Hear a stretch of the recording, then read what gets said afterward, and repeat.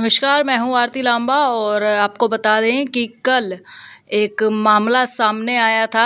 आपको बता दें कि कल रात 5 लाख की लूट का एक मामला करनाल में सामने आया था और उस मामले को लेकर पुलिस और सीआईए की टीमों ने जांच भी शुरू कर दी थी कि कैसे आखिरकार एनडीआरआई की जो चलती हुई रोड है, जो बलड़ी बाईपास की तरफ जाती है, उस पे किस तरह से ऐसे दिन दहाड़े लूट हो जाती है, क्योंकि वहां पर लाइटिंग बहुत ज़्यादा रहती है और बाइक सवार लोगों से लूट का मामला जो है वो सामने आया है।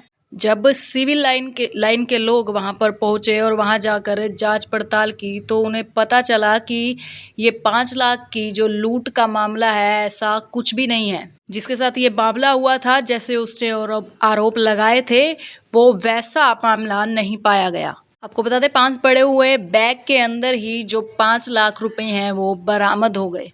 फिलहाल पुलिस अभी भी इस मामले की जांच कर रही है कि क्यों इस प्रकार के आरोप लगाए गए थे। कहीं ना कहीं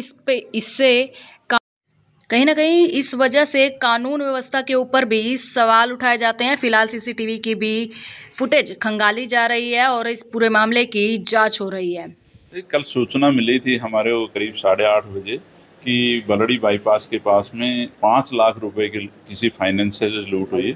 उसकी सूचना पर तुरंत हम वहाँ पर पहुँचे और तथ्यों को वेरीफाई किया।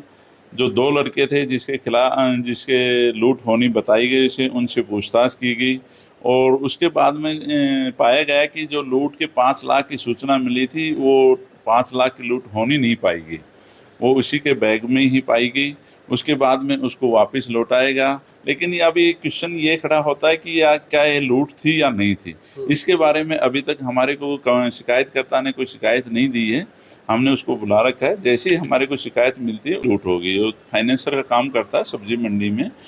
उसके बाद में हम उसके पूछताछ की, मौके का मुआयना किया और उसके पास में जो सामान था उसकी जांच की गई, तलाशी ली गई। तो 5 लाख रुपए जितने उसके लेकर आया था वो उसके सामान में ही मिले। लेकिन उसने बाद में बताया कि जो टिफिन था खाने का, बोला वो भी सेम था, वो लेके गए हैं। तो कुछ बात जचने वाली नहीं लगी, लेकिन फिर भी हमने उसकी शिकायत लेकर के आज हमारी टीमें सीसीटीवी फुटेज देख रही है।